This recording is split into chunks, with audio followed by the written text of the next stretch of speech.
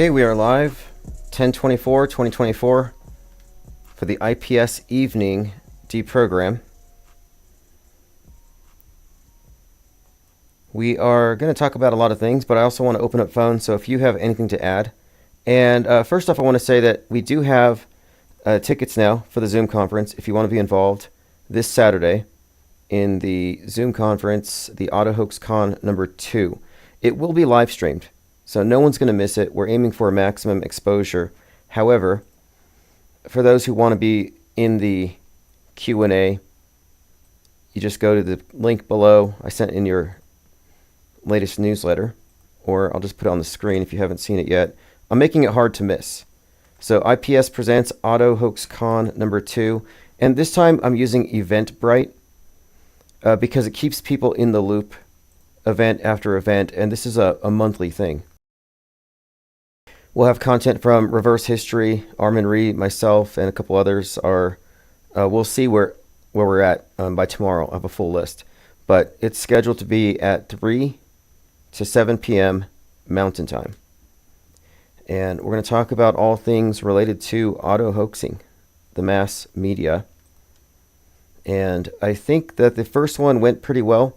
This one's going to be better, and we have plans to make sure this one's packaged better presentation. And when it's released, each of the speakers will be a separate upload. The last one went on for about 5 hours or so. But this is going to include the most informed speakers on mass media deception. And it's my intention that each subsequent event will bring more listeners and speakers in. This time, I'm going to be focusing on a couple of things. One, I want to talk about and I think that reverse history, by the way, is going to go deep into the Trump head wound predictive programming. But I'm going to talk about fictional universes and their utility in entraining the collective psyche to future fake news and what that ultimately results in.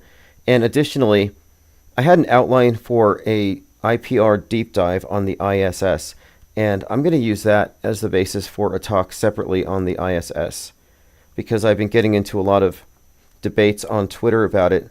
And one thing I find very consistent with hardcore believers in outer space is they do not want to address the elephant in the ISS, which I've been talking about. The elephant in the ISS being, of course, special effects. And for more than 24 hours, a couple of these individuals have been tap dancing on Twitter. And all I'm trying to do, because they say, show me your evidence it's fake. Show me the special effects. And I'm not going to do their homework for them if they're just going to hand wave it away. I want them to address the alleged evidence, what I'm asserting to be evidence of fakery, that the space program is a simulation. And they do not want to look at it. So I put it to them like this. I will not present you with my findings until you agree that any kind of special effects or evidence fakery with regard to what's happening on the space station therefore invalidates the claim that the space station itself is anything more than a simulation and a movie. And they want to dodge that. They want to weasel their way out of taking responsibility for it. We've been having this conversation for 24 hours, and they haven't improved. They will not say, yeah, obviously, if I see some evidence of fakery, I'm going to say the whole thing's fake. They won't go there. So what Mordwand has been saying, and again, this has been 24 hours straight. He's just been refreshing and refreshing and refreshing his Twitter feed, watching what I'm saying next. He said, I refuse to consent. I will not consent to an all or nothing standard. The evidence for spaceflight is overwhelming. He said, to falsify it is extraordinary. Show me. And I said, if you will not concede that false evidence invalidates the observation, you're not being honest. And that's what he's saying. I will not concede that any special effects invalidates space travel. He won't even admit that. He won't even grant me that if I show him evidence, it'll change his mind. So I'm not going to bend over backward to present him with stuff he's not even going to look at unless I can corner him as, yes, I agree to the standards of evidence, objective standards. But no, he won't. It's insane. It's actually, to me, it's kind of unusual behavior. It's unusual that somebody who's not an astronaut, who's not getting paid by NASA, is willing to defend them by dishonest means, and to do so from a place of just sheer insecurity. Like, do you not have faith in your religion of Nasatology, that everything they've shown you from space is real? And it's because on some level they know that it's a house of cards. And if we show a few bulging veins on foreheads and other suggestions of trickery in space, it takes the whole thing down, and it needs to be reevaluated. So I want to go over some comments, and then we will go ahead and proceed. Skydog6033, this is all on my YouTube channels, and I don't miss any comments. I often have to delete videos just to preserve the channels, but I make it a point to get all of the comments and save them. Skydog says, my name is Skydog. I'm a recovering chemtrail-aholic. Okay. Yeah, it is an addiction. It's a fear addiction. Pete Shea says, Earth, Ether, Heart, Theater. The Dark Maga knows best.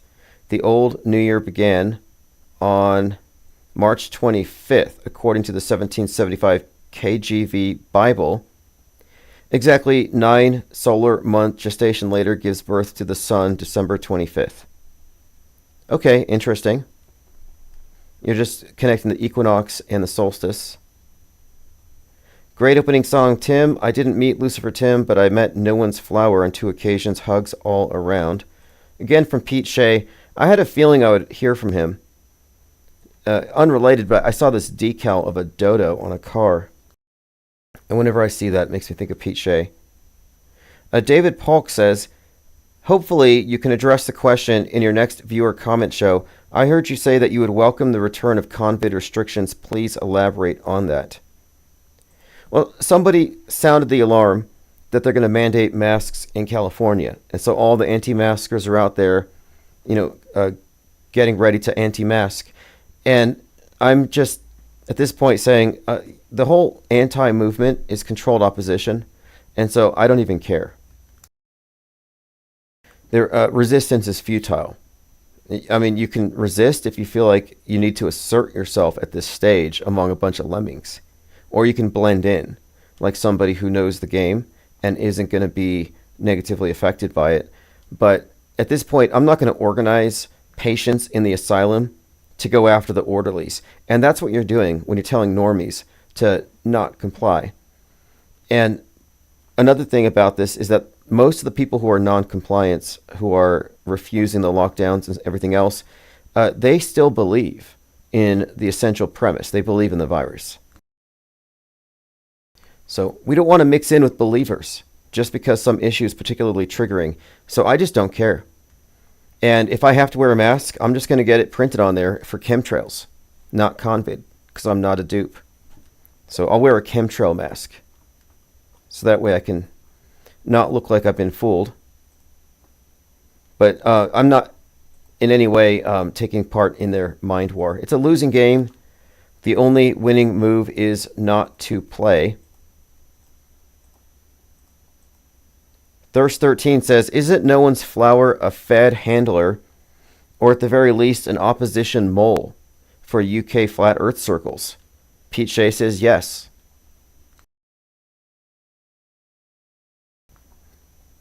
Interesting little side conversation there.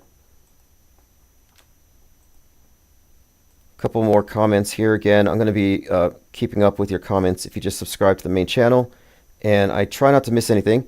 Ashy Dog says, missed the live, but this show is deep, great stuff.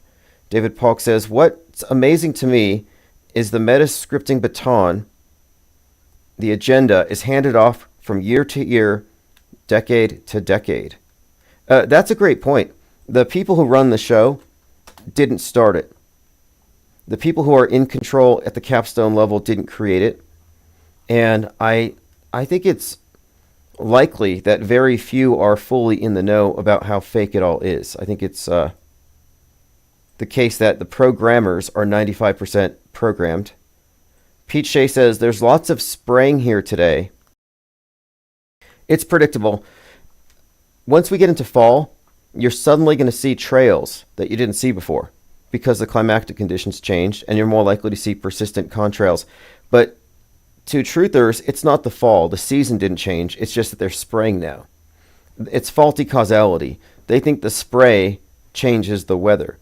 No, it's backward. Their thinking is backward on this. The weather give away the conditions, or rather, I guess you could say the weather makes it conducive for persistent trails. So they were going to be there because of the weather. They didn't cause the weather.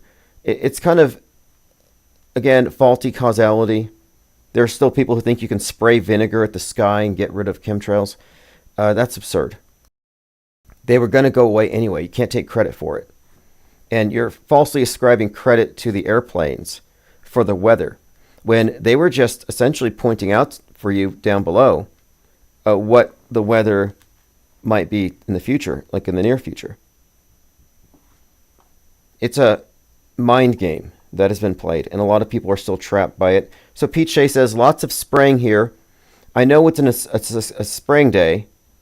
I know when it's a spraying day when I see tons of planes leaving the extended trails that spread out and enjoying. On non-spraying days, there are a few planes visible, and the ones I see do not leave the trails. This is a deliberate practice. Solar management. So again, faulty causality. It would be like, I mean, there's so many examples I could use, but some people will wet their finger and hold it up to see which way the wind is blowing. And it'd be like saying, I made the wind happen. No, it's like, no, the wind was already there.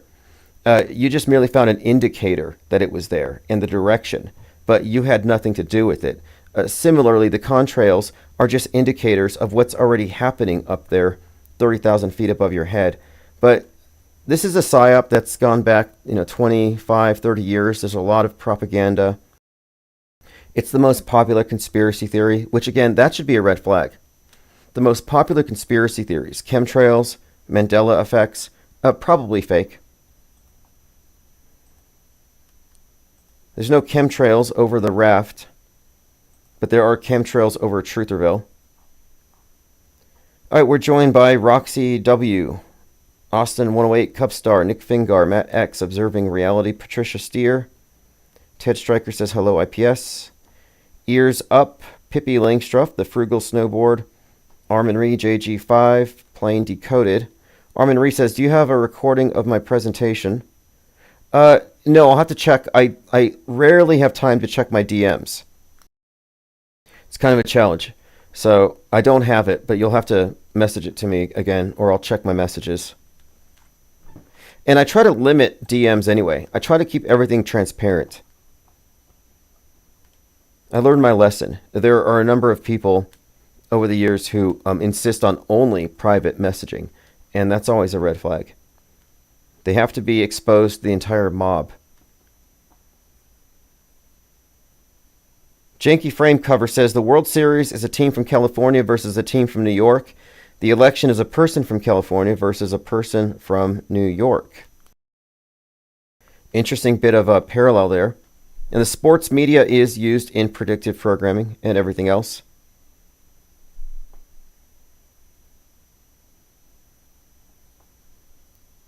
Reverse History says belief is for the birds, knowledge is for penguins. Yeah, this is the information age, and I don't think it's too much to ask for media and alternative media to provide evidence. And I see a lot of people asking questions and not providing answers. And if someone says to me, what are they spraying? I'm like, why don't you figure it out for yourself? And then give me the answers. But that's because it's a loaded question. And loaded questions are a form of logically fallacious means of getting people to accept a premise that they wouldn't have accepted if you had asked it explicitly. Observing Reality says, Tim, is there any other reason for chemtrails and the assumption that he wouldn't be able to change his mind? That you don't talk highly of Crow? No, I don't have any issue with Crow 77777, but the thing is, I don't believe that he will be able to tell the truth about chemtrails, even if he figures it out. And I think it's because he's just built up so much of a following around this topic. And it's also true that the lunar wave is a hoax created by wingtip vortices. This is very well understood. And yet he's misrepresenting that as the moon having a ripple. No, it's from a passing plane. And interestingly enough, there's this thing called the Crow interference. So we're talking about the Crow 777 who spotted the lunar wave. And the lunar wave is this idea that there is this occasional like refreshing of the moon, where the moon kind of goes into this like a reboot, and you can see this line passing through it, appearing to look like a wave. And the real cause of this happens to be the ripples in the atmosphere caused by passing planes. But if you edit out the planes, you could make it look like this was some spontaneous thing that happened with the moon. But in my research on the subject, I was looking at this phenomenon called, I think it was called Crow interference, named for a photographer named Crow, Crow instability. So Crow instability, this is in aerodynamics. It is an effect discovered by somebody named Crow, and it's observed behind large aircraft. And it's the effect of their wingtip vortices interacting with the trails that they leave. So if you look here, these contrails are very distorted. Well, these are distorted because of the ripples from the wings. The guy who discovered this is called Crow. Interestingly, Crow 777 is describing the same effect when it passes the moon. I don't think he knows this. Maybe he does. But the Crow instability is a vortex pair instability, and it goes through several stages. And this describes how these aviation vortices trailing behind planes can create these ripples, and this causes the lunar wave.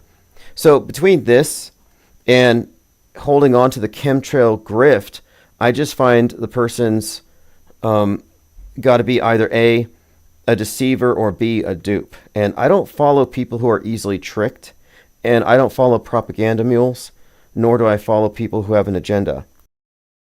And the chemtrail agenda is the same agenda as climate change. It's a psyop. Ted Stryker says, I sprayed vinegar and the sky was cleared. You could have sprayed anything. That's the point.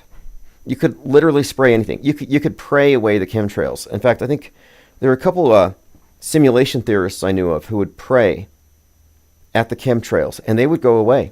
And they were convinced that chemtrails weren't spread by planes, but by demons, using some kind of hologram to look like airplanes. So the demons are actually putting poisons in the air, and you can pray them away. I've seen a number of people doing this.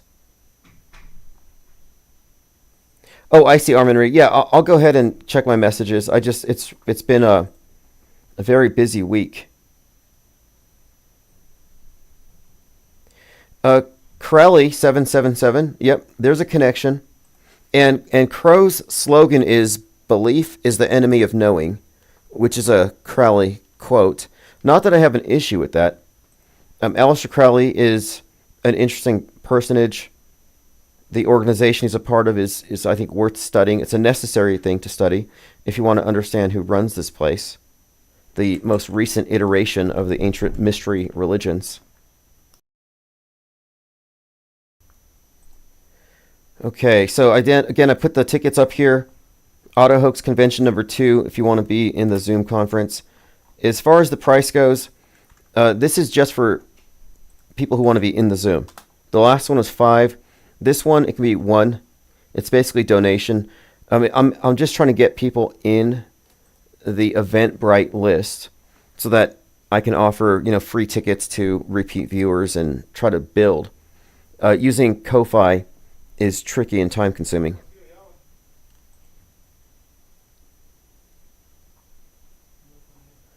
Okay, a couple of other things. This came up as consistent with what we talk about. Yesterday I was kind of surprised that some people were saying I shouldn't vote for Harris, I should just not vote or something. And I'm saying the reason I'm going to vote for the opposite of Trump is to demonstrate what it means to be anti-anti and to truly not believe in the process and to refuse to vote for a puppet. And Donald Trump is an insider to January 6th. Donald Trump is an insider to 7/13. he's an insider to all of the major psychological operations. He's not a rogue. He's not a dummy who's insulated and doesn't know how fake it all is. No, he's a crisis actor in chief. This is a psychological warfare operation in progress. And the idea that any of these people are on your side is evidence of Stockholm Syndrome. Not that I'm trying to tell people not to vote, but it just reveals quite a lot about your faith in a system that, honestly, your faith should already be shaken. You should be disabused of the idea that there's any kind of meaningful resistance or change. You're talking about organizing patients in the asylum. There is no change, not from within. So here is an article, or a short clip from an article. This is from Alexander Dugin. If you recall, Alexander Dugin was called Putin's brain. He's kind of like a Russian Alex Jones. And here's what he said. The significance of the former and potential future U.S. president is not in the man himself, but in the archetype he embodies. For his supporters, Donald Trump is a bulwark of traditionalism and a champion of America First. For his detractors, he's a disruptive, deceitful agent of chaos. But a more philosophical approach frames him in a key figure in an eldritch struggle with deep-seated forces of decay. And here's where it gets interesting. It says, why Donald Trump is a mystical figure of historic proportions. Esoteric Trumpism. Esoteric Trumpism is a profound, almost mystical interpretation of Donald Trump's political journey, situating him not merely within the framework of contemporary politics, but as a figure of a cosmic and world historical significance. This interpretation posits that Trump's rise and influence reflects a deeper metaphysical catalyst at play in the twilight of Western civilization, as predicted in the 20s and 30s. So this is, again, Alexander Dugin talking about esoteric Trumpism. Now, this isn't far-fetched. This is by design. We're talking about a world stage character who has a predictive programming basis going back to 1958. And that one was extremely prophetic. You have this Trump goes through town selling people on a wall for a cosmic threat. He's a snake oil salesman. So build the wall. And in 2016, this was noted. This track down episode, how it relates to Trump. Trump, the con man. He was arrested in that episode. That didn't come true until 2023. So this bit of predictive programming hadn't even entirely unfolded. But that's just one example. Biff Tannen and many other examples. We can show you how they have built up this character in our collective psyche. To the left, he's a destroyer. To the right, he's a savior. Sort of like Musk. But I think this is true for a lot of characters, like esoteric Trumpism. A mystical interpretation of Donald Trump is an interpretation, I think, that is largely rooted in this purposefully created myth. Now, this has a precedent in something called esoteric Hitlerism. Greek writer Savitri Devi wrote about this. According to that ideology, Hitler could be deified. And it's sort of the same thing. The idea here is that these leaders are representations of something bigger than themselves, some kind of historic personage. Again, Trump overseeing the downfall of Western Civ makes sense. My third eye says, I think some libs think there'll be another insurrection attempt if Trump loses. Awesome. Reverse history. Got my ticket to Autohoax Con 2. Yes, Saturday's going to be good. It's going to be from 3 to 7. I'm going to spend probably the next day, tomorrow. I don't know if we'll be live. I'm probably going to use most of the day tomorrow to work on that. Observing reality. Good luck. The guy has boiled so many gallons of vinegar under the presumption that he was clearing the skies and turning them blue. There's no way he can back out. I don't think so. It's the ego. And I'm just calling it out in advance. If you prove me wrong about something, I'm going to admit it, and I'm going to reverse engineer the various narratives that led me to believe something that's not true.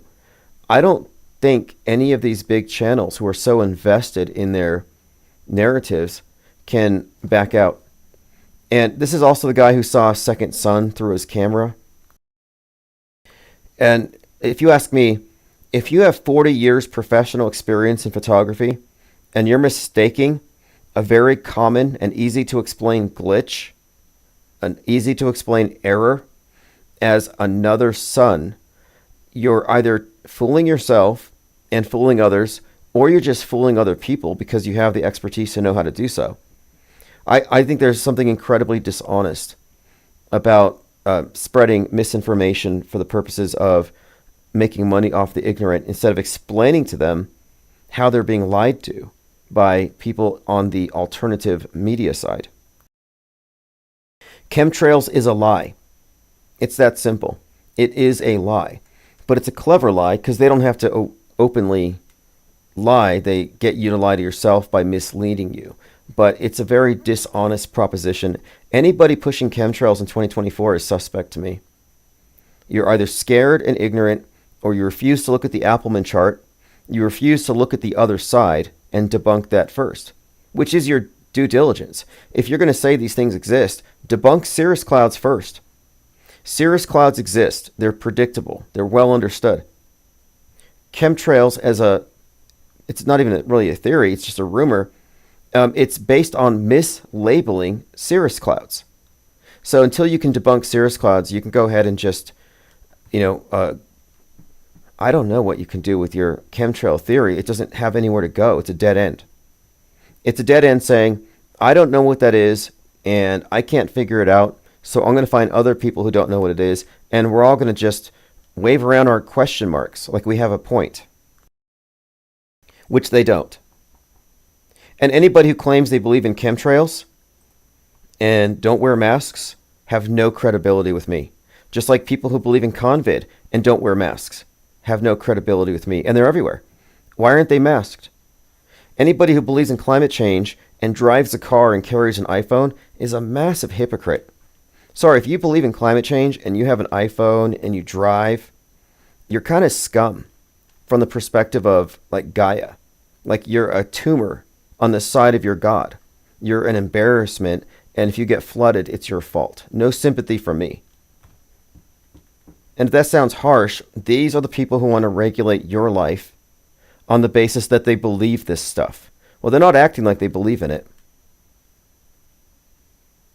WOPR3354 says, loving the nightly podcast, Tim. Thank you. We are listener supported and chat driven, caller driven. Mazel says, time to just make a chemtrail video. I like the fact that chemtrails, the chemtrail theory is there because it highlights something. Anybody who, if you had a room full of people and you said, if you believe in chemtrails, raise your hand. I could then say, anybody here with a raised hand falls for loaded questions, appeals to ignorance, and appeals to motive fallacies. So there's 3 strikes against them. Already right there, they're non-skeptical. They're dupable, they're gullible, and they have these vulnerabilities that I'm doing them a favor by exposing. Yet you're vulnerable to loaded questions. It's like a carnival. You go to a carnival, every single carnival game is designed to screw you. It's designed to get your money and not have to give away prizes. These are rigged games. And a lot of these psyops, a lot of these narratives that are promulgated in Truth or Veil, these orthodoxies are rigged arguments, and they wouldn't work if you removed the logically fallacious approaches. But I think it's a good way to determine who's not there yet. Because you're not a media skeptic if you fall for these things. You can't be. And this is a process of quarantining the most skeptical minds on the world stage and creating a separate space from the panic-driven, scared, paranoid truthers who are in love with their fear. They spread their fear. Plain Dakota says it's okay to be plain trail apathetic. Well, I happen to think that if there is anything in chemtrails, it's probably some kind of gas that makes people apathetic, because the people who believe in it don't do anything about it. And I've entertained the notion that if there were such a thing, maybe that's what burned down the Twin Towers, the chemtrail juice. Maybe it burns hotter than jet fuel.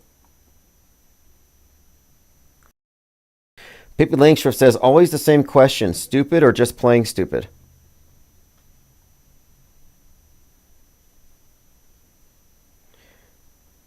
I think it's habit. And I think we shine a light on it. And the people who can see the strength of our arguments will join us. Those who can't won't. It's simple. It's as simple as you have to adapt or die in this environment. Are you going to be a mind war casualty, or are you going to see through it? Are you going to perceive for yourself or follow rumors and fear?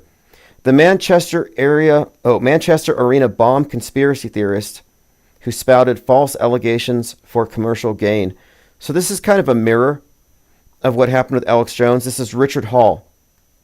A father and daughter were severely injured in the atrocity, and they won a harassment case against Richard Hall. I think this guy's an agent. I don't mean to disparage, but auto-hoaxer or not, if you are harassing crisis actors, you're playing into the hands of the enemy. This is what got Alex Jones shut down. This is the basis for, for the most part, this is the basis for saying conspiracy theorists are dangerous, because they're harassing people. They're calling newsrooms, asking for the meteorologists to get mad at them over the hurricanes. And I don't want to be associated with this.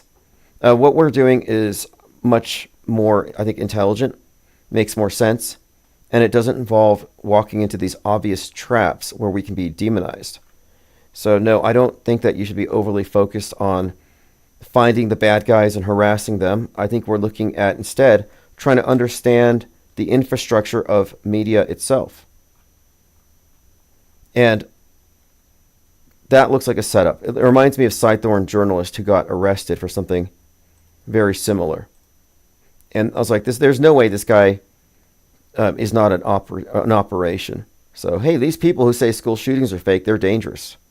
I saw this report on CNN once where they said, these people who say school shootings are fake are so dangerous, I think they might shoot up a school. So the people who don't believe in it will do it? Sorry, doesn't make sense.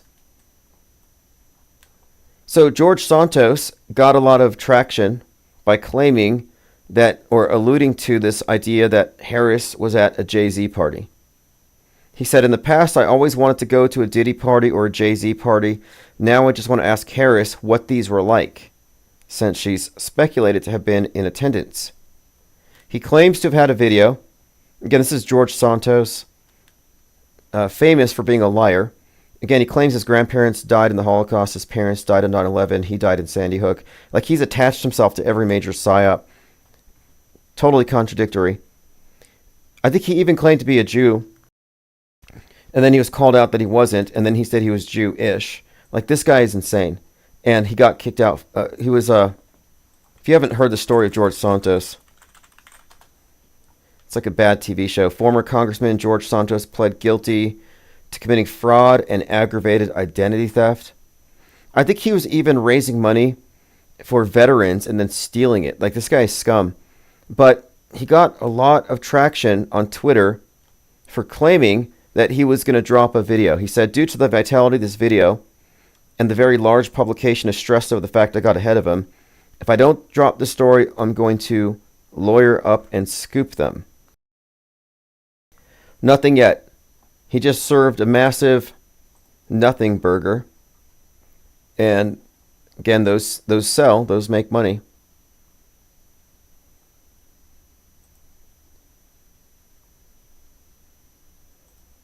A variation of the mind virus theme. This is from They Lie We See. The movie was released 2021. And I've been saying for some time that 2020 was set up to prepare us for the mind virus, so that we can respond to the thought crime, lock down the internet the same way we responded in unison to the threat of 2020. Here's a synopsis for the movie called The Sadness, 2021. And there's another one too. I think it's called Is it called 5 Feet Away? There's this movie, 5 Feet Apart. This came out in 2019 about two immunocompromised individuals who fall in love, and they have to stay 6 feet apart. And he's kind of rebellious. He doesn't want to stay 6 feet apart. So this is another example. I'm just noting there's so many we could go through. But these are not coincidences. 5 feet apart.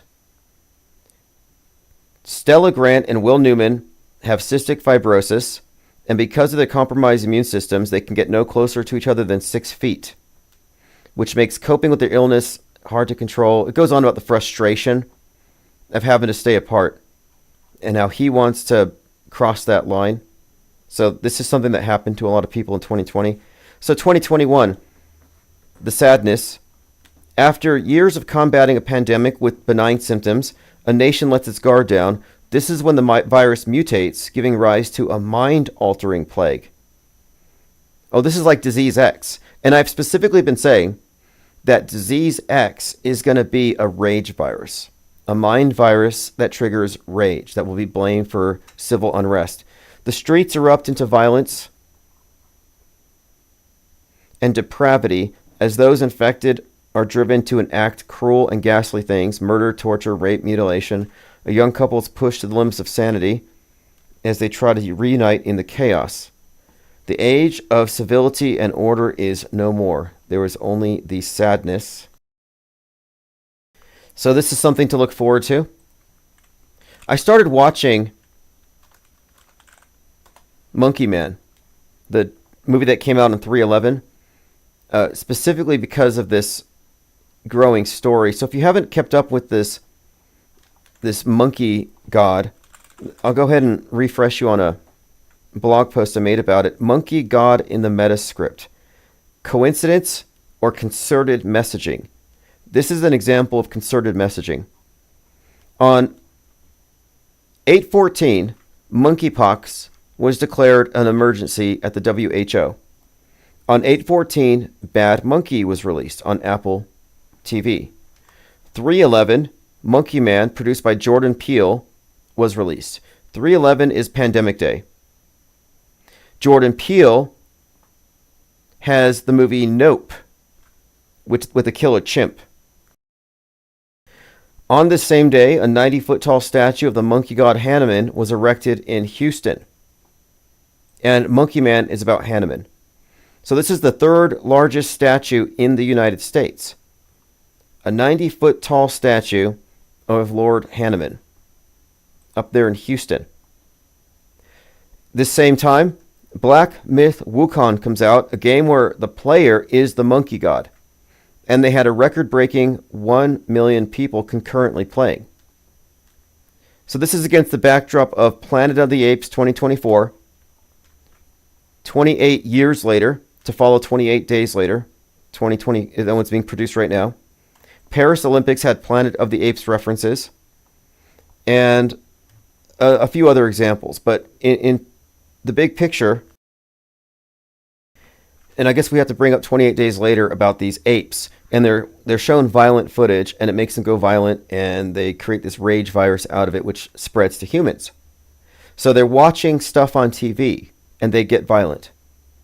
Jordan Peele, behind, again, Monkey Man, claims that Nope was inspired by the George Floyd killing, how that footage and the spectacle created the violence. So the violent chimps in Nope allude to this. We're talking about this idea of the rage virus being associated with apes, with monkeys. And then you have Elon Musk with his Neuralink. So here's Elon Musk with X, the vector for Disease X, the mind virus to come, who already has a history of torturing monkeys to death in the laboratory.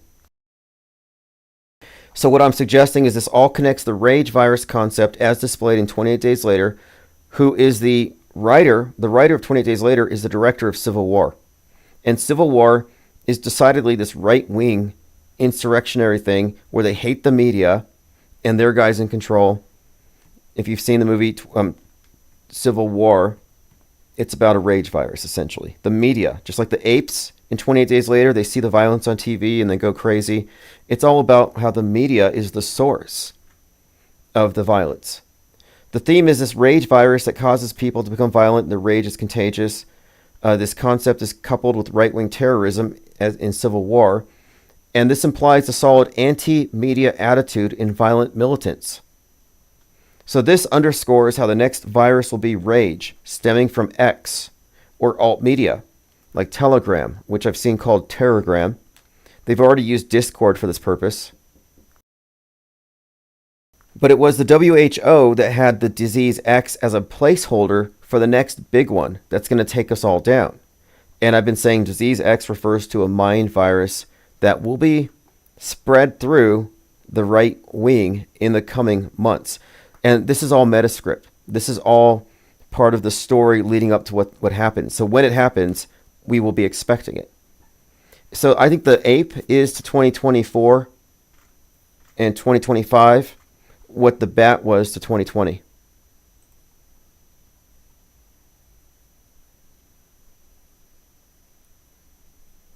Patricia Steer says, the Diddy party thing and Baby Oil is suspect. I don't think it's real. Yeah, I'm in the same camp there. Infinite Plane Radio. Hey, Tim, this is Nick Finger. Hey, what's up? Hey, really quick. The Diddy thing, to comment on Patricia Steer's comment. Do you think it's as fake or as real as Epstein, or are they both real, both fake? What's your take?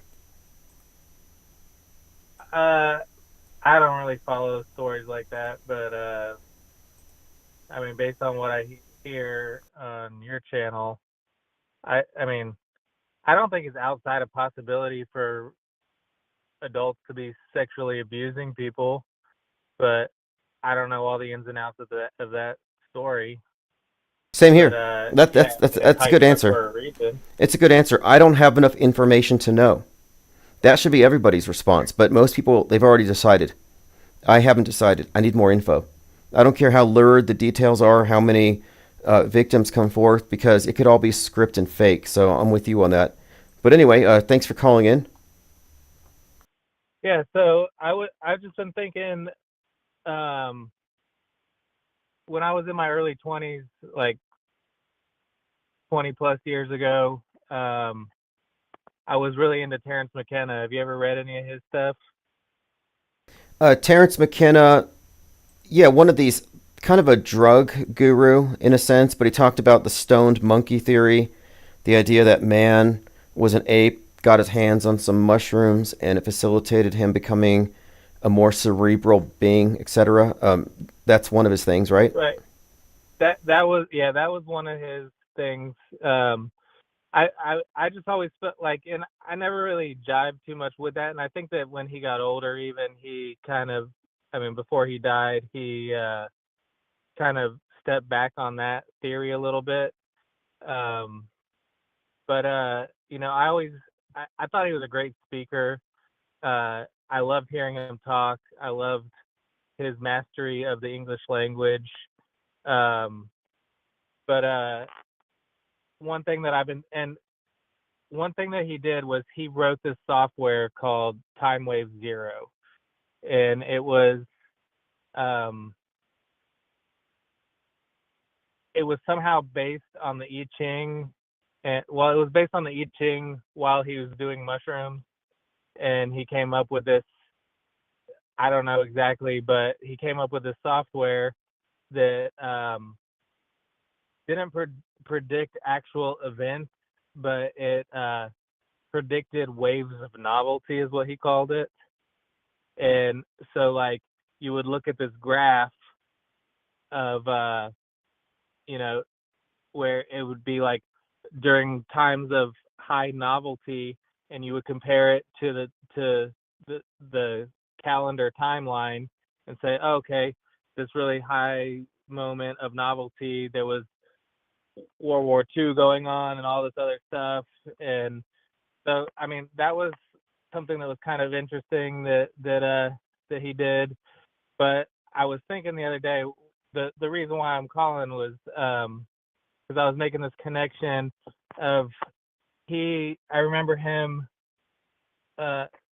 telling about this experience that he had down in, because he was like down in the jungles in Mexico or some other Central American country, like with the natives down there. He was like the Timothy Leary of mushrooms. Okay, that's And good. That's good. He kind of that's one of the things. Said drug guru. He, Timothy yeah, Leary, David Icke went down, did ayahuasca, threw up, had some visions. right. Yeah. But this was like, this was way before that. I think he was down there like in the 60s. And when he had these experiences down there and came back, and through the 70s, 80s, and 90s, got on the whole talking circuit. But I was just remembering this this story that he would tell about. He's down in the jungle, blasted on mushrooms, and he looks up and sees this giant UFO right above him. But what stuck out to him and what made him not think that, oh, this is an alien ship from another planet that's here, was because like the way he described it, it was like down to all the rivets on the metal on the outside of this ship. It was the exact same one that he had seen in these photographs from like some early famous UFO sightings or whatever. And so he knew that it somehow his mind was hoaxing him, and some subconscious thing. I don't know exactly how he explained it to himself, but he recognized that yes, he saw this UFO and it was this crazy thing, but yes, he was on mushrooms, and it was the exact same one that his brain knew, identified as a UFO from photographs he'd seen of alleged UFOs when he was younger. And so I was listening to the what do you call it, the number 3 deep dive, think tank deep dive thing that you did a couple weeks ago, and talking about the boring neural pathways or whatever. And I'm just wondering if possibly things like people seeing the ISS, but there's no real videos besides Jaren's of these transits or anything like this, but people swear up and down that they saw these things. Maybe it is kind of the same phenomenon that Terrence McKenna expressed in his UFO sighting. It was like his brain had this idea of what a UFO was and saw it. It could be. It could be. I find it interesting that people who take drugs and they talk about their experiences, especially like psychedelics, and it seemed like in the 70s it really became this idea of like space becoming cosmic, and you'll see astronauts kind of associated with this type of psychedelic imagery. And I've been saying that space is just a like space travel is like allegory for higher states of consciousness. But I think it's interesting that people will take drugs and they'll say that I went up into space and I saw the Earth, and it's like, well, are you sure about that? I mean, it's like that obviously is conforming to your preconceived notions about what it is. And so I don't think it's entirely objective. It's a highly subjective experience. And I think it's definitely subject to somebody's upbringing and what they're immersed in as far as what they're going to experience. And it's not uniform. Everyone has their own subjective take on it. The UFO thing is to me, I think it's kind of like a modern replacement for angels, visitations from higher beings.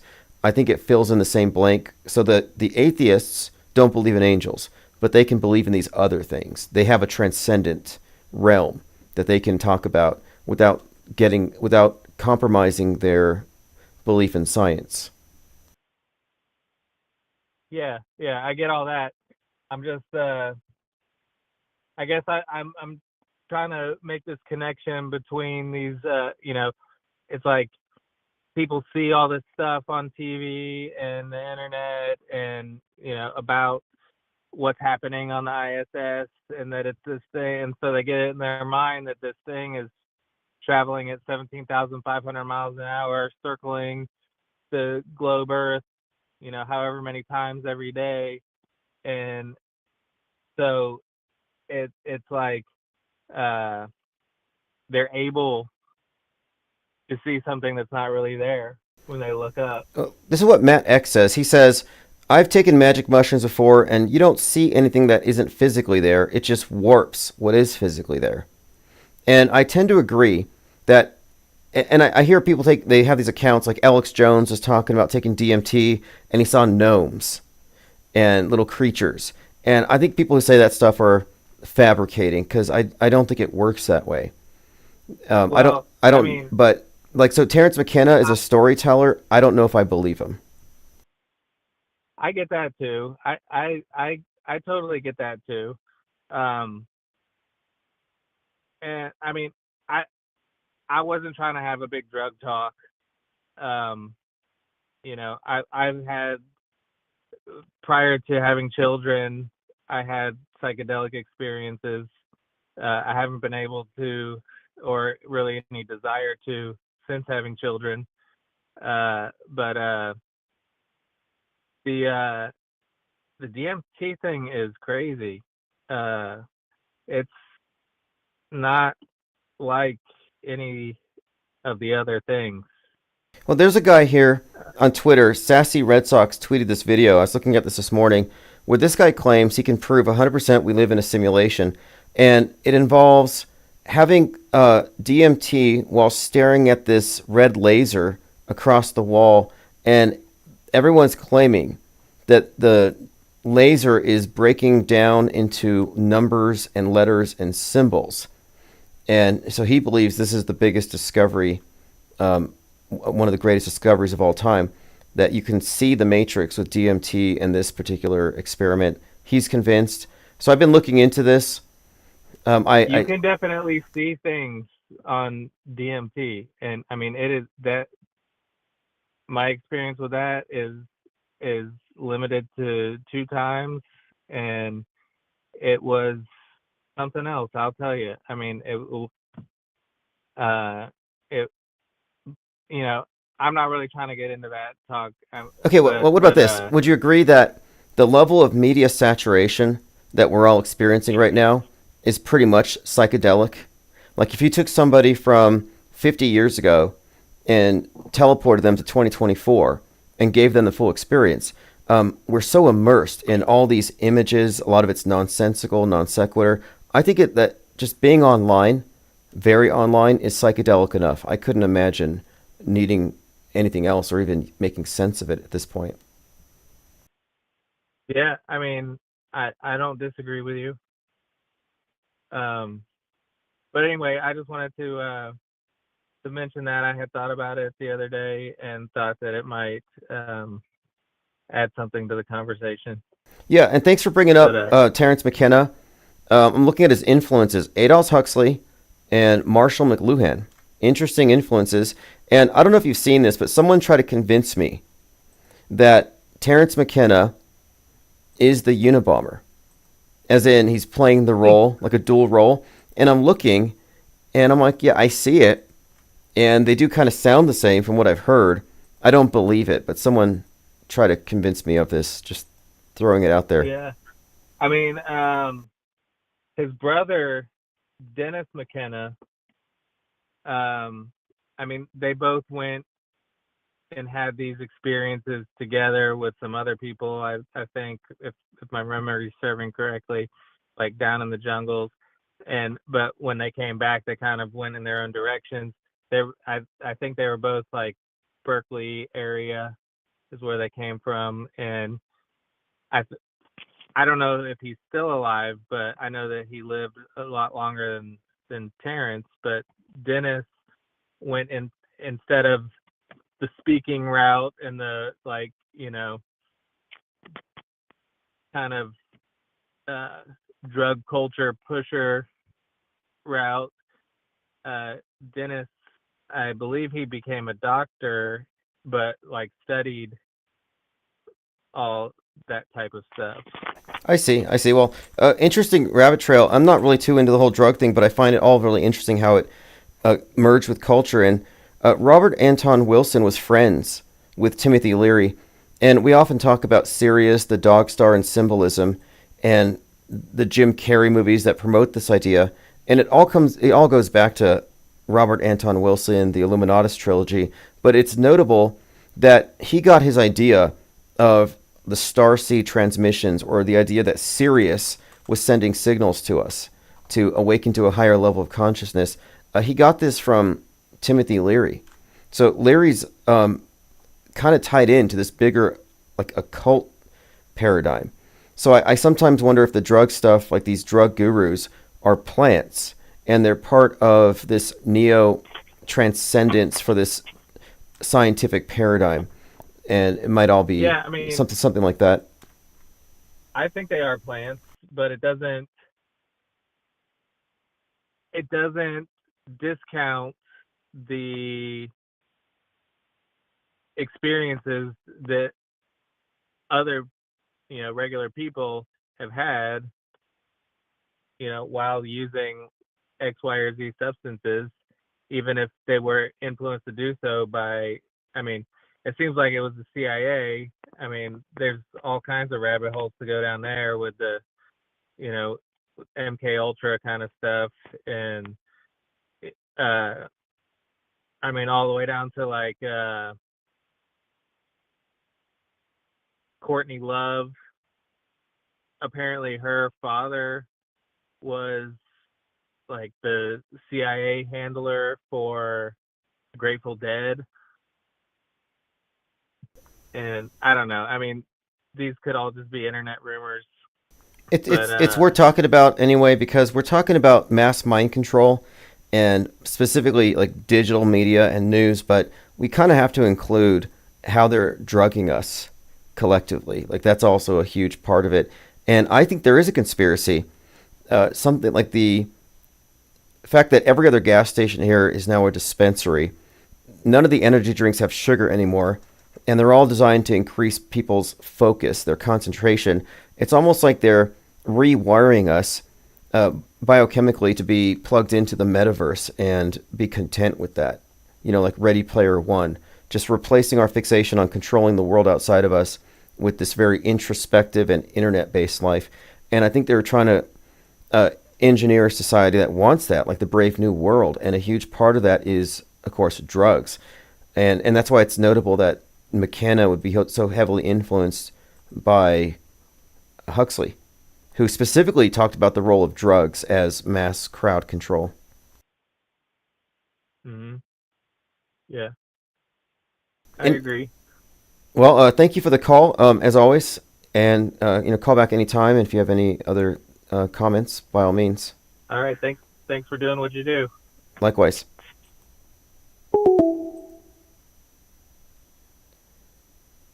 InksG says, weren't Timothy Leary and Richard Alpert, a.k.a. Baba Ramdas, CIA assets? Probably. Patricia Sear says, on No Drugs, I can see scrolling letters and numbers sometimes when looking at a blank wall.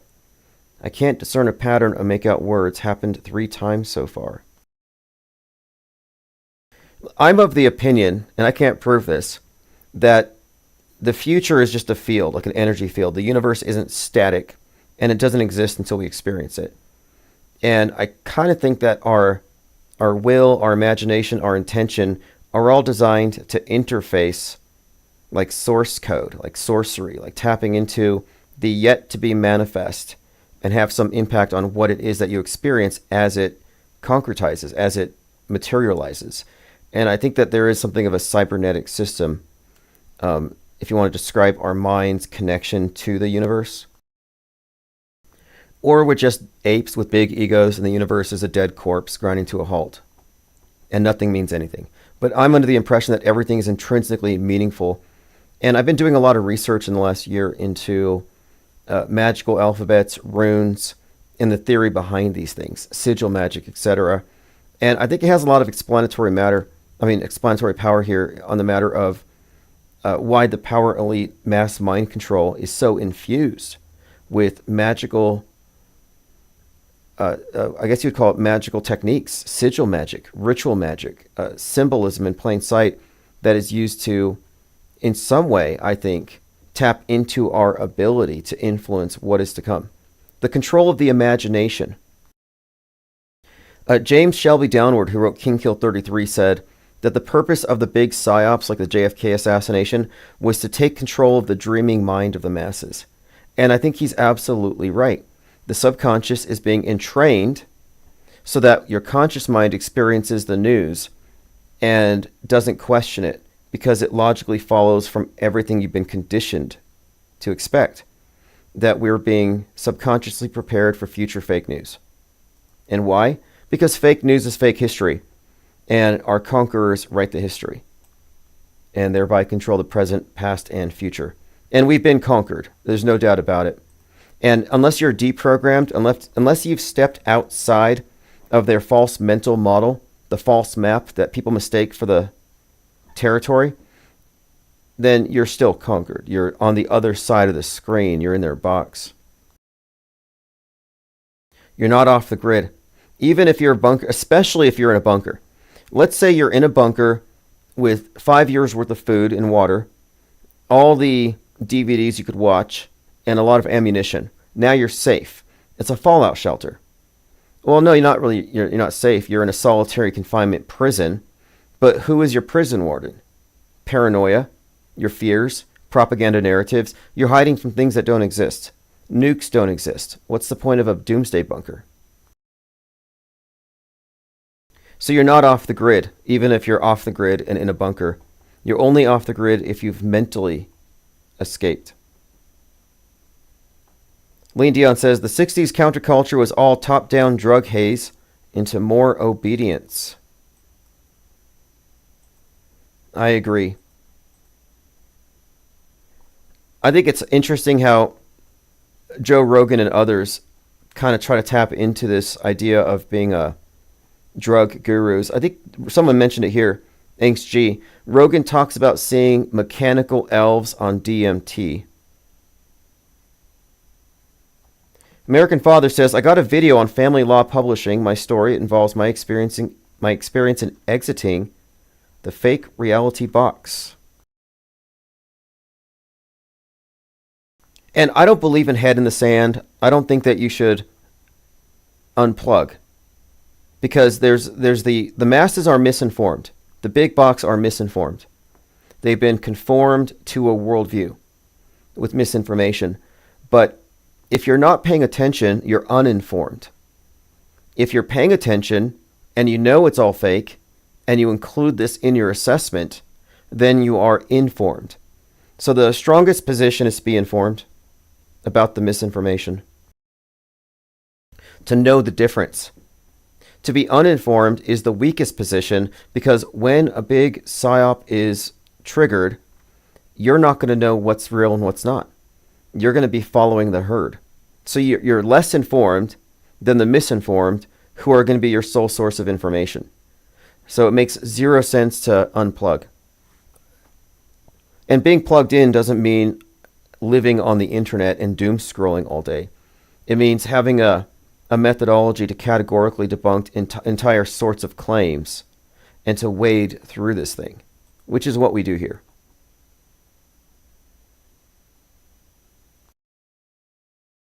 LG Rhythm says, everything is energy, vibration, frequency, words or spells, hence the word spelling, broadcast, casting spells, broadly, etc. Yes, I agree with that. I think I put news, broadcast. I did an article about this, a blog post, news spellcast.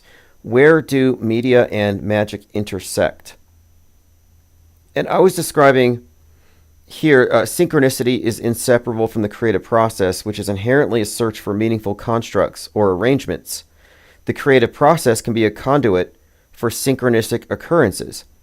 It's about choices, decisions, and the deliberate intent to change reality to match an internal concept by externalizing it, by realizing it, which begins in the imagination where we create blueprints for the future.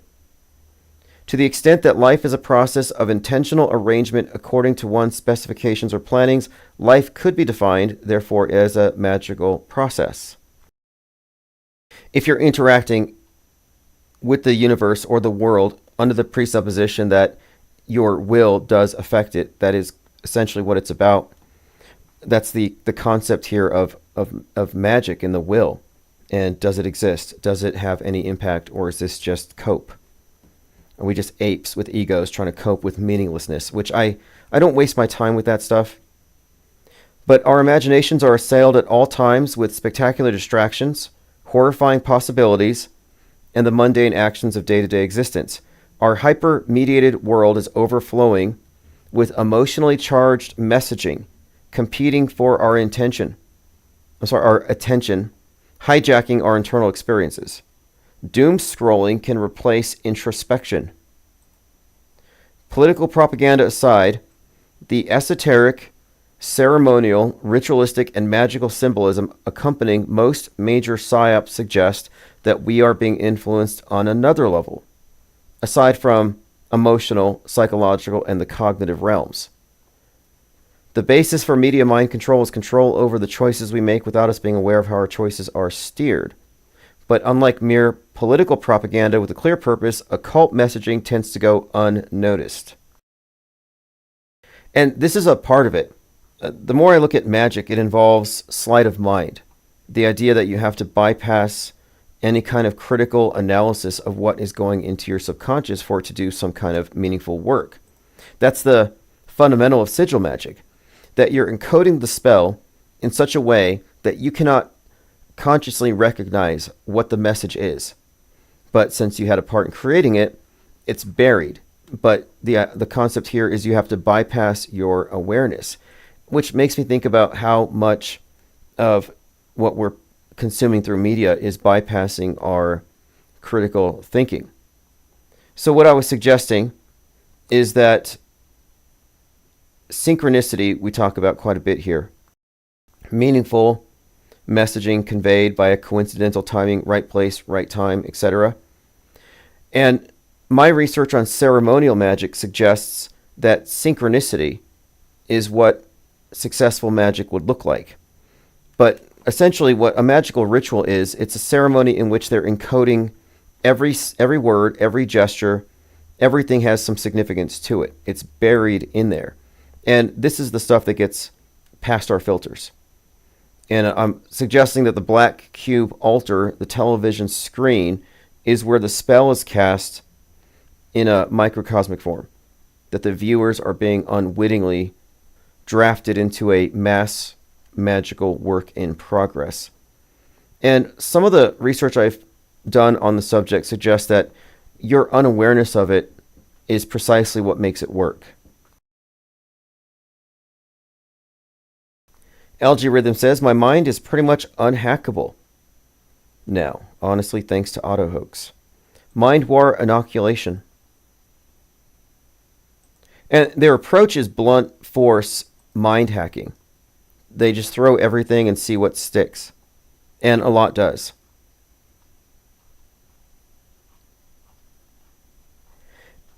And I'm trying to replace, like when I describe these psyops, I don't use the term false flag, because that implies it's real, but somebody else did it. I think it's far more accurate to describe these things as magic tricks. Like, what is a perception management operation? It's a PR stunt. It's a simulation. They're pretending, and they're making something imaginary, a construct. They're making it real through public consent. And the consent is merely, I believe what I see on the screen. They are making history with our uninformed consent. It's like compulsory belief. And to be a non-believer is to be, these days, you're a conspiracy theorist, you're a troublemaker, you're misinformed, you're dangerous. And I think that non-believers are the only people who make any sense. Like the caller says about Epstein and Diddy. He doesn't have enough information to know. So then why believe something? Like nobody has enough information to know, but they believe based on what? They hope it's true. They want to see a bunch of people fall. They want to see the deep state get it. They want to see the swamp drained. That's a lot of hope being tied up into this stuff. And we saw where that got the QAnoners. Portal Complex says, digging into the laser matrix experiment, apparently when you zoom into the beam, you notice letters and numbers changing rapidly, like in the Matrix.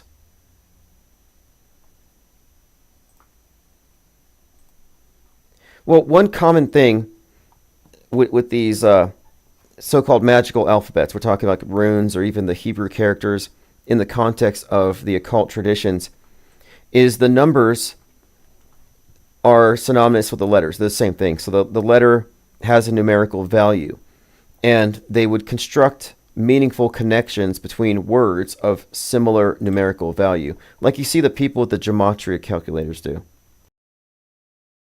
Now, you can find connections, but that doesn't mean that there's any predictive capability here, and that's not how it's meant to be used anyway. These are used to imbue spells, rituals with more meaning. They layer it on. That's really the purpose to it. It's about density of information, condensing it into a highly concentrated presentation. That's what incantations, spells, and sigils. It's about taking something complex, a vision, and condensing it into something pretty much unrecognizable from the objective. But that's what these things are used for. But you do see a lot of people engaging in numerology as though you can predict the future with it, and that's not how it works. What you're actually seeing with people who use it to predict the future is an example of the sharpshooter fallacy, especially if they use more than one calculator. But you can certainly note patterns generated in this way, and it's predictable at this point. Like the other day, I was asking, because I was suggesting nobody should know this. What is the number of the satellite that fell, from Boeing? And it was like Intelsat 33. Like nobody should have known that. But apparently, we've managed to pick up on a lot of very specific and significant numbers that frequently are used in these events. And I don't try to interpret these things from a book or from what is being circulated on the internet through rumors, but rather context. And context has provided a way to make sense of a lot of what we're seeing.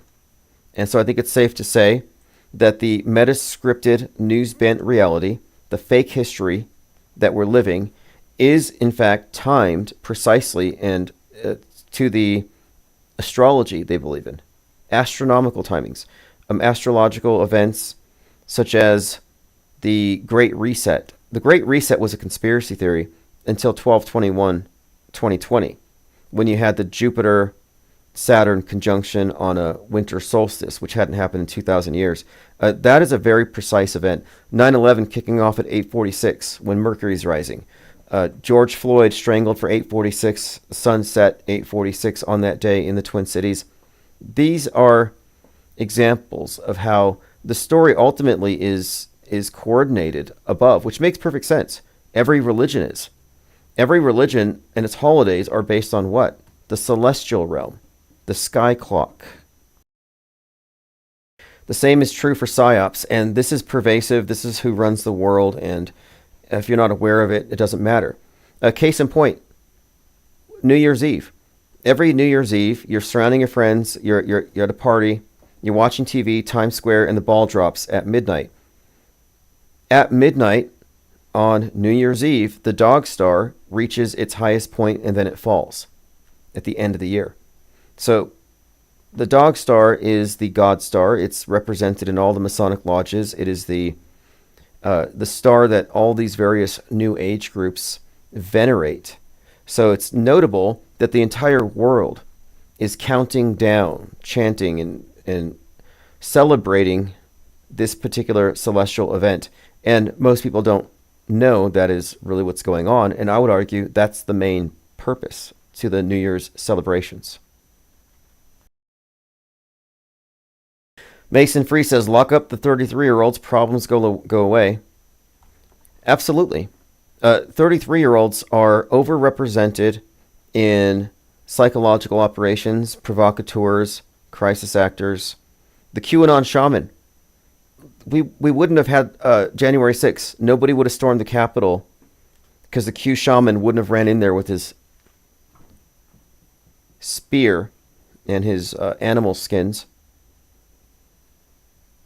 Lots of 33-year-olds getting into trouble on the world stage. It's actually predictable.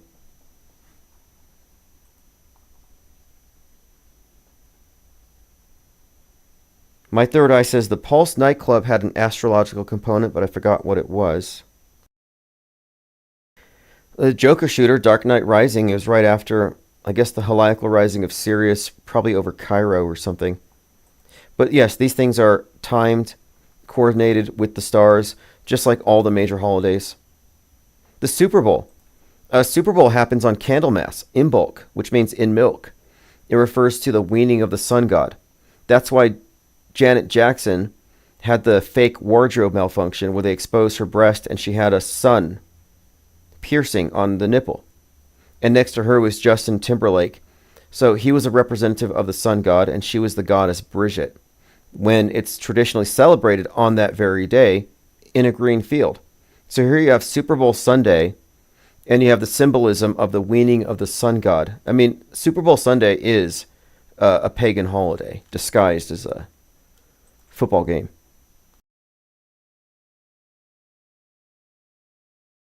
Angst says IPS helping to make the subconscious conscious.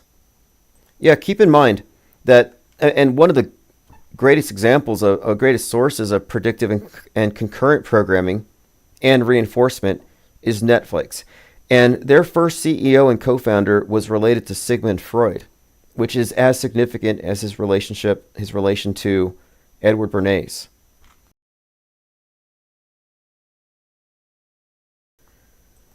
Matt X said, in the director's cut of Lawnmower Man, there's a monkey that goes crazy due to the AI enhancing.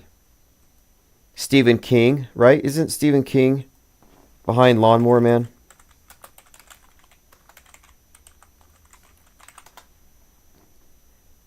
And there's another movie as well with Ferris Bueller, Matthew Broderick, that has to do with apes being subject to experiments. Okay, yeah, Lawnmower Man, Stephen King. Yeah, but the ape, the raging ape disease X connections are very strong. And we've already seen many news stories specifically saying, like Richard Card shot up the bowling alley in Lewiston. And they said that he went into a Twitter bubble and he got his gun and he went out and started shooting people. He caught a mind virus. And the argument that you'll hear from the right-wingers is that these shooters didn't do it because of the Second Amendment. They did it because they're mentally ill. And so both sides agree shooters are a problem.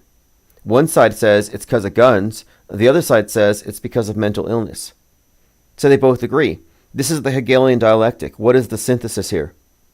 The mentally ill and guns. That's the problem. Need to red flag. Need to do something about this. And then they extend the argument to the mentally ill are susceptible to mind viruses. You know how they said in 2020 that if you were a healthy super spreader, you were dangerous to people with compromised immune systems. So you were more dangerous than anybody else because you could go spread sickness to all kinds of immunocompromised people.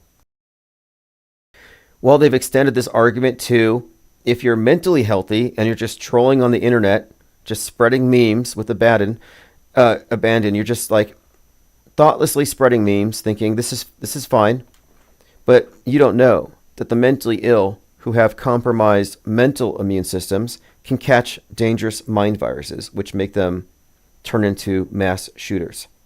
So they've used an identical argument. The asymptomatic super spreader and the asymptomatic meme super spreader, both number one enemies because of the immune system compromised physically and mentally.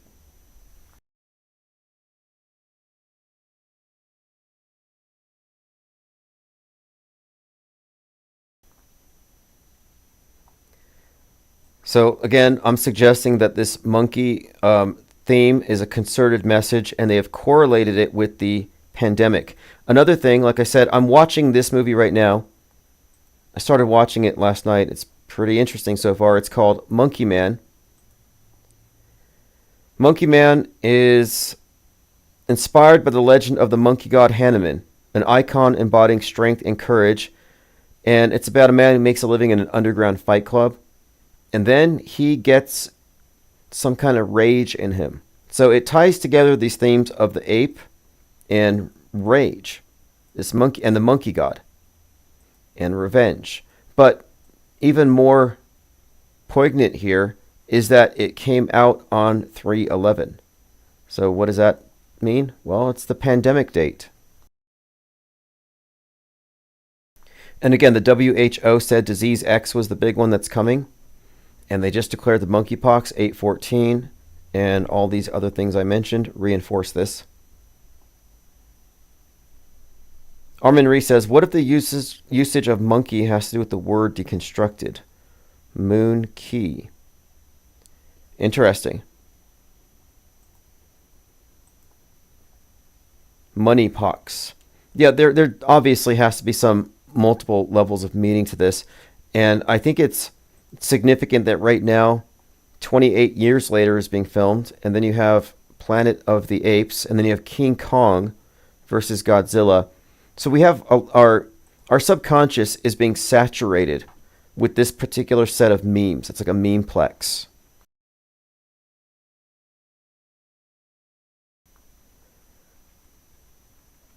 That's right, 2001 Space Odyssey had some violent apes at the beginning.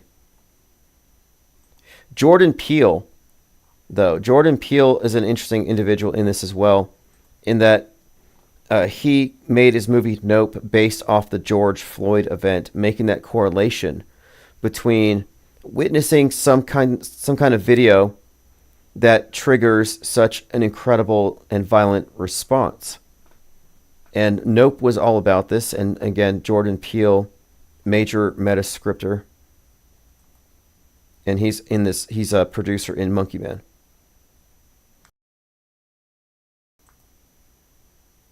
But Elon Musk can also be credited with having popularized the concept of the mind virus, the woke mind virus.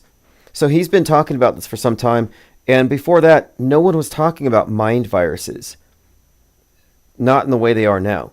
Now it is the thought crime. They have isolated the mind virus.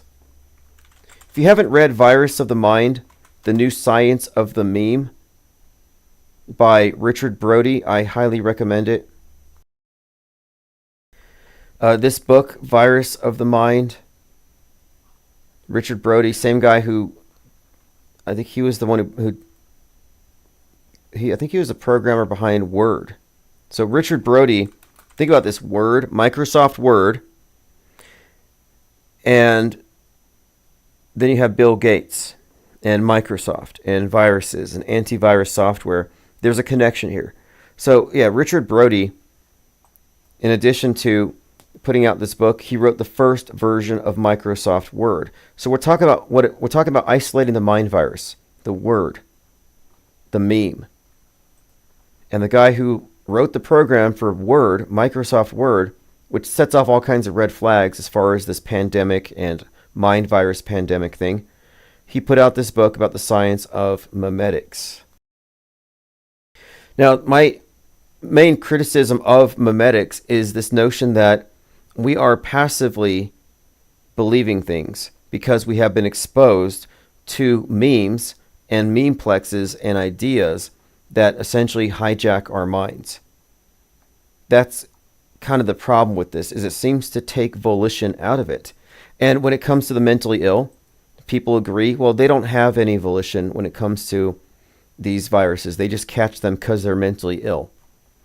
And I would also say that the public that doesn't utilize their critical thinking when it comes to mind viruses have a form of mental, I'd say a compromised mental immune system. And the programmers want you to believe that all of our mental immune systems are compromised, that we all need the mind vax. You all need to have the mind vax. And what is that going to look like? And they're convincing the public of this, that Well, you don't want to be mentally vaccinated because you'll catch a mind virus. And that's because the government has given the public mind aids by programming and by training. You're supposed to have mind aids. You're supposed to be totally susceptible to any and all mind viruses that they promote. So Brody distinguished himself by creating Microsoft, or at Microsoft, by creating Microsoft Word in 7 months. And he wrote the original version of Notepad. His success as a programmer got him to the attention of Bill Gates. Interesting individual, but his book, Science of the Meme, it's kind of a pseudoscience. But again, the issue here is, and the cover art has a brain being vaccinated. My criticism, again, is that it removes volition. Like, oh, I was just watching YouTube videos and I left autoplay on and I woke up a flat earther.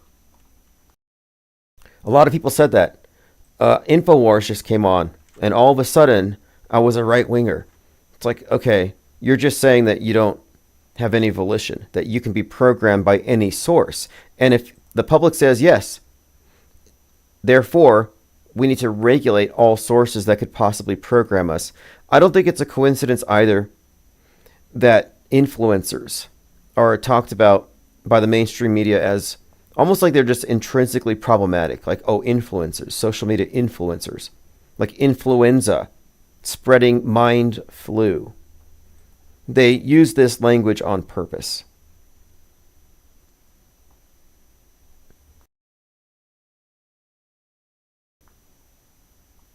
Matt X says, there's a movie from 1988 called Primal Rage about a monkey with a rage virus.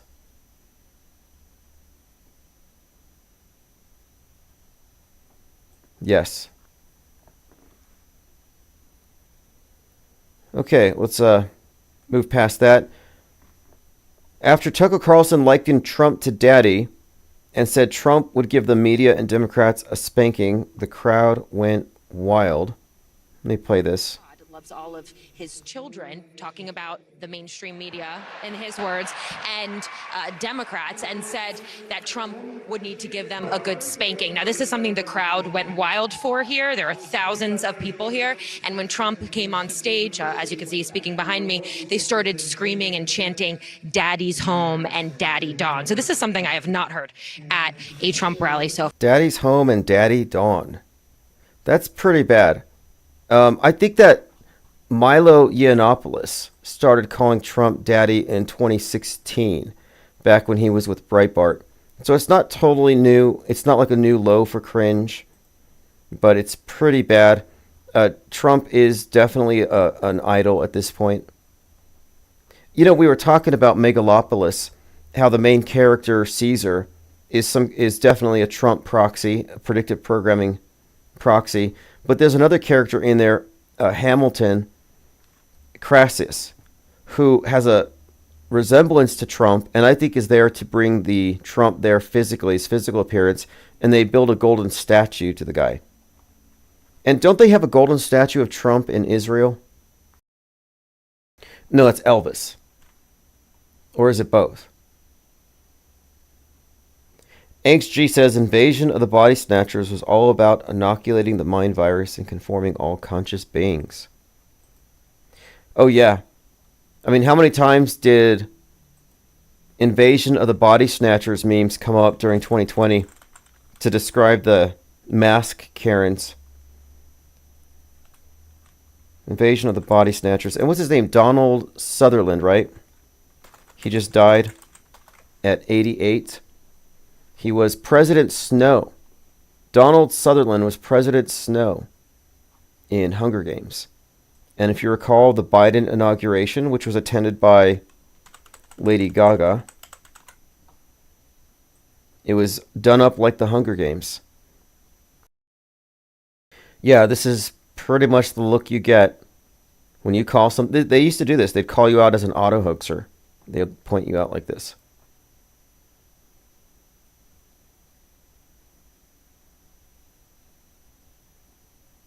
Lickety Split says, tariffs, reason for the secessionist war, a.k.a. Civil War.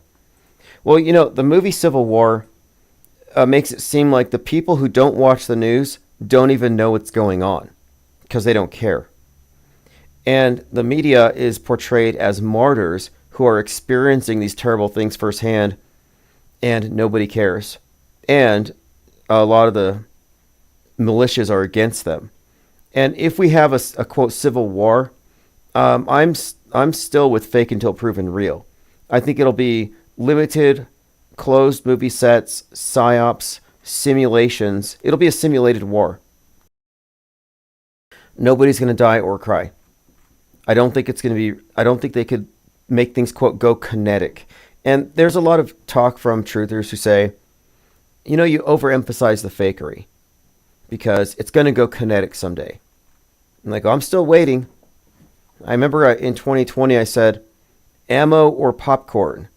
If you're reaching for your ammunition, you're under mind control. If you're reaching for the popcorn, you have the right attitude. And I still stand by that. And, if I'm wrong and you're not prepared when things go kinetic, we can talk about it then. But at this point, fearing in advance makes you fall for the Machiavellian trick. Rule number 9 from Saul Alinsky's Rules for Radicals. The threat of the thing is worse than the thing. They can continually traumatize you with the threat of something. You're always in a defensive posture. You're basically kneeling. If you duck and cover for the mushroom cloud, you're genuflecting to state power. And it's all fake. So that's kind of where I'm at with this whole thing. LG Rhythm says, conveniently blaming the internet to justify censorship and control. Yeah, that's the script here. Disease X is the free flow of information on X that radicalizes certain segments of the population who are radicalized by influencers who work with Russia, like Tim Pool, for example. And because of the influence of foreign governments radicalizing domestic violent extremists, we have to shut down the internet because these extremists have become such a problem. And they'll say their rage is based on conspiracy drivel. Stuff like Haitians are going to eat your cats. That kind of stuff radicalizes people. And they said that there were 33 bomb hoaxes called into Springfield. Schools were shut down. So you could make the case for stochastic terrorism. You can make the case that in this environment with so many people who are mentally unwell, it's not safe to have info free flowing. And they need the public to acquiesce to this. Mason Free says, how can things pop off when everyone is staring at their phones? That's exactly how things are going to pop off. You're only going to know what's happening because it's going to be retweeted. Look what happened after 10/7. And Miles Mathis has a good piece on 10/7 I'll talk about tomorrow.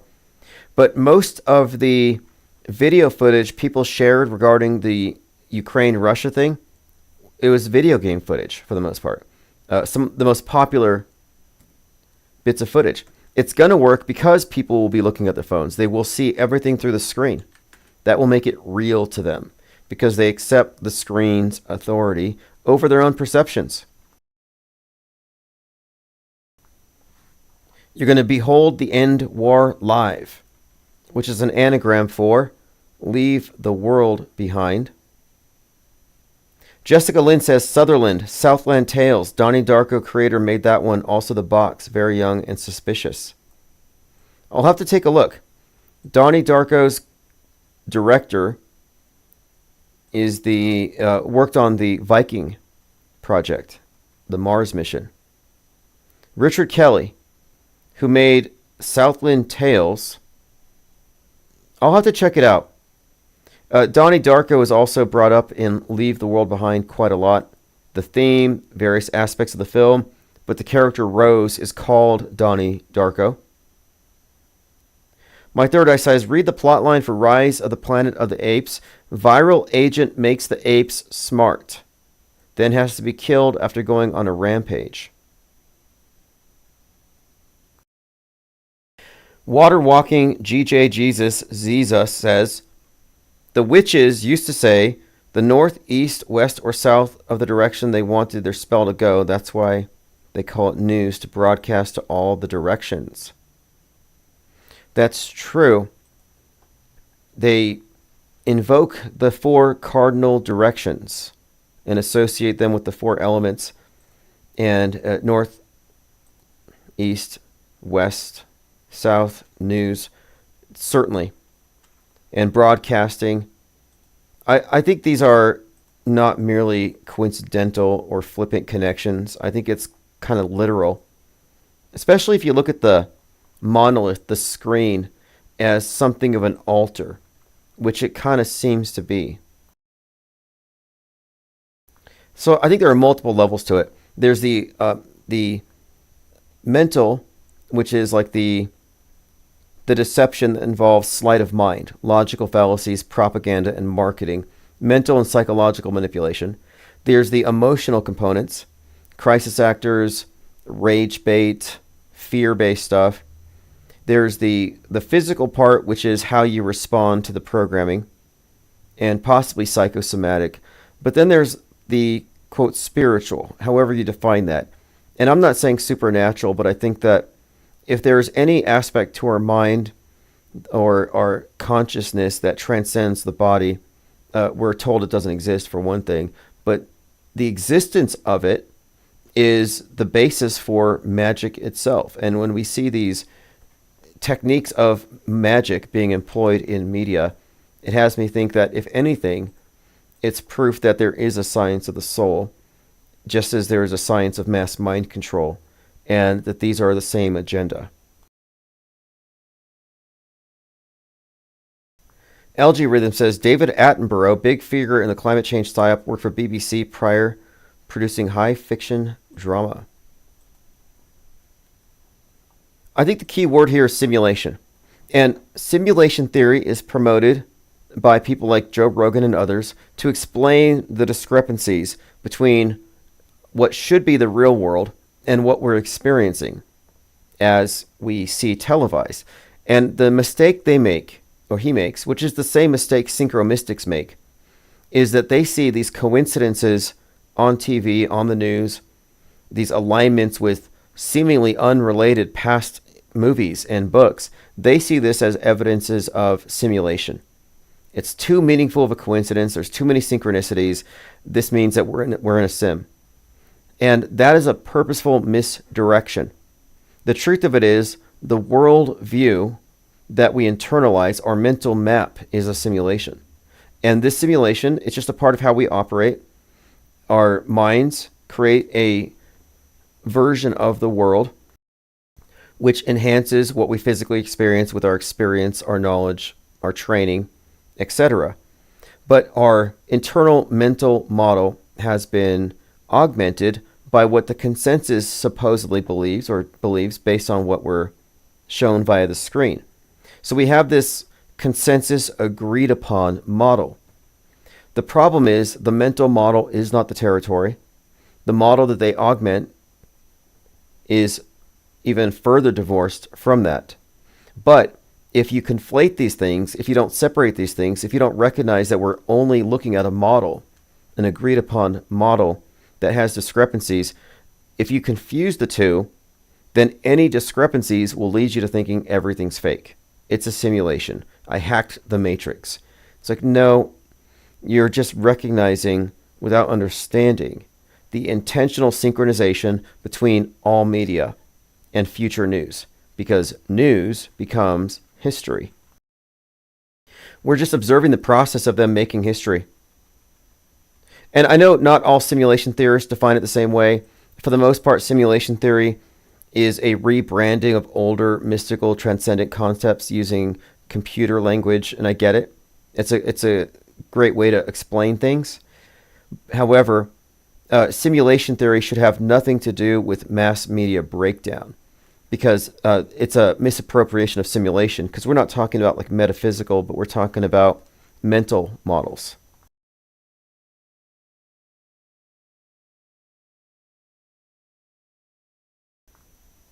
Matt X says, it might be worth looking into Johnny Mnemonic as well. It has digital syndrome, NAS, in the movie that makes people hostile. I'll take a look. Roxy mentions Last Man on Earth. Last Man on Earth is based on I Am Legend, written by Richard Matheson, and that is about a global plague, a pandemic, and it's started by vampire bats. And it's probably the first example of this idea of the individual having to quarantine against the infected as like a horror theme. And I would even say that the zombie movies that were very popular leading up to 2020, like The Walking Dead, I think all of these movies were programming us to fear the non-vaccinated. They were programming us for quarantine, because that's the plot of every zombie movie. Find the people who aren't infected and quarantine against the infected.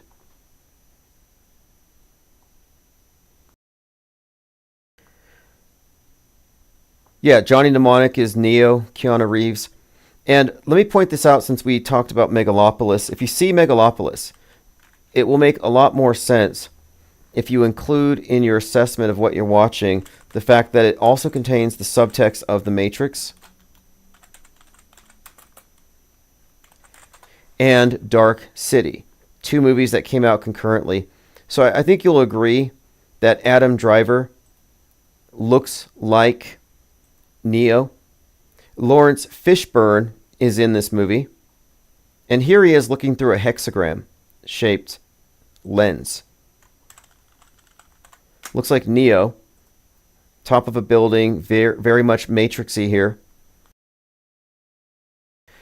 Lawrence Fishburne is his driver, and when they're driving around, it's always greenish light and it's raining, just like in The Matrix.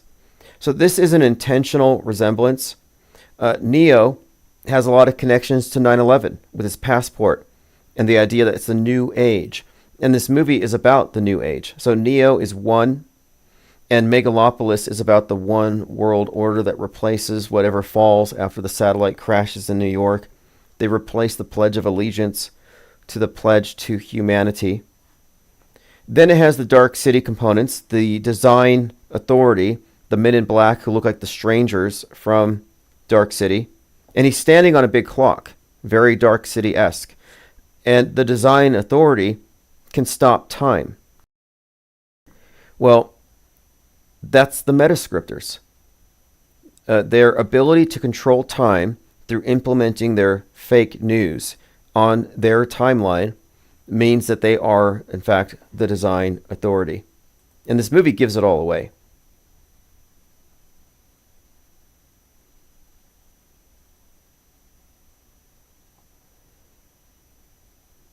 Deborah says, are you a gucking gov psyche?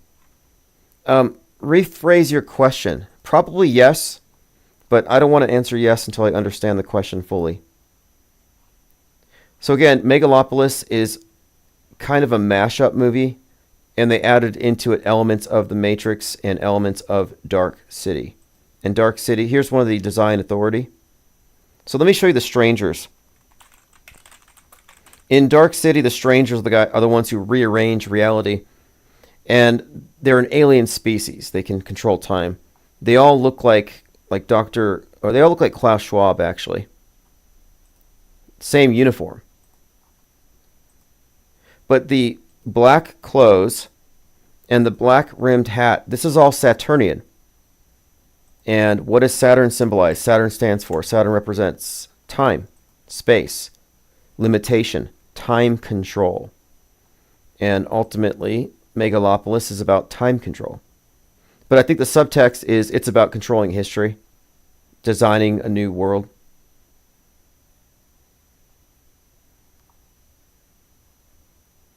All right, Deborah, appreciate the comments. Says, dude, whatever, we're over the stuff. Good. Glad you feel that way. I don't quite understand, but I'm glad you're here. And feel free to join us on Saturday. I'm going to post another link to the Autohoax convention. It's more of a conference. So Autohoax Con is a conference, but it will be a convention. Probably on the next one. So here's a link We'll be bringing some of the most informed speakers on mass media deception. Lean Dion says, Ed Harris, Black Saturn hat in Westworld. Ed Harris is an interesting actor from a Metascript perspective. He's the man in black in Westworld. And he does represent this Saturnian entity. They control time. Time resets every day for the synths. And he's definitely a controller of that realm. Very Saturnian. Interestingly, he oppresses Dolores. And Dolores is played by Evan Rachel Wood.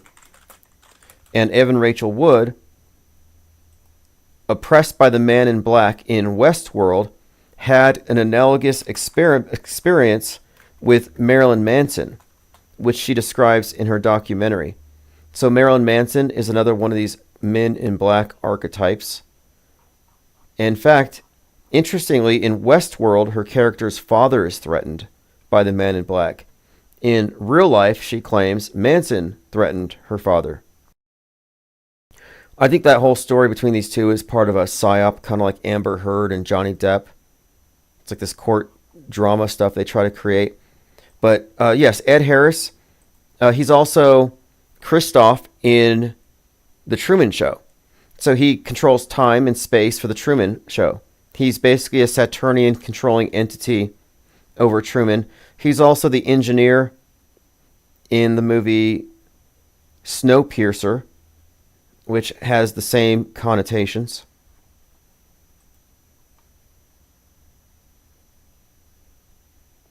He's also the general in the old Stand miniseries trying to cover up the flu, says Tominoid. Okay, interesting. The Stand came out in 1978, and then it was re-released for 2020, and it's about a disease that takes out the world. So, not a coincidence there. So again, Saturday is going to be a long event. I have two things personally I'm going to be presenting. There'll be some Q&As. There's obviously a lot to talk about tomorrow as well, but my priority is organizing for Saturday, so if we're not live tomorrow, that's what I'm working on. But it is going to be live. Nobody's going to miss it, even if you don't get a ticket. But if you want the ticket, just go to the link, and it's going to be on all of the newsletters and on the site. One of the main topics that I've brought up recently has been the elephant in the space station, which is special effects. If it's not special effects, then just talk about it and debunk it. Their reticence to even talk about it reveals insecurity, and maybe they know they're possibly wrong, or they cannot debate against this. Smarty Pants says, isn't the snowman's name Kristoff in Frozen? That's Olaf. Olaf. Which, again, Olaf, I think he's like a northern king.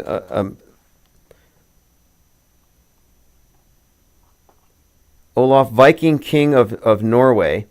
And then he also shows up in Frozen as this snowman. Now, interestingly, a few years ago, around Christmas, there was an object in space. They said it was the most remote object ever observed. So far north, very far away, they called it Ultima Thule. And many people said, hey, it looks like Olaf, the snowman. So I'm talking about the fictional universes, how we live in the Disney universe on Planet Netflix. Well, here, the most remote object ever seen looks like Olaf, whose name comes from a remote northern king. We have many examples of Disney in just somehow merged onto the outer space narrative. But Frozen, when Frozen came out, I didn't watch it, but I saw the toys at this Walgreens, and I see this like box. I'm like, that looks like that Greta. And instantly I knew. They used Frozen to sell the youth on Greta. And sure enough, Frozen 2 was more or less consciously written to be about climate change.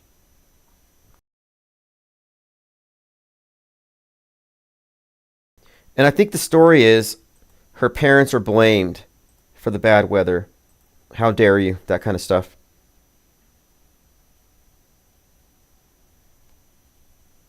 Tomino says, nah, it's Cartman.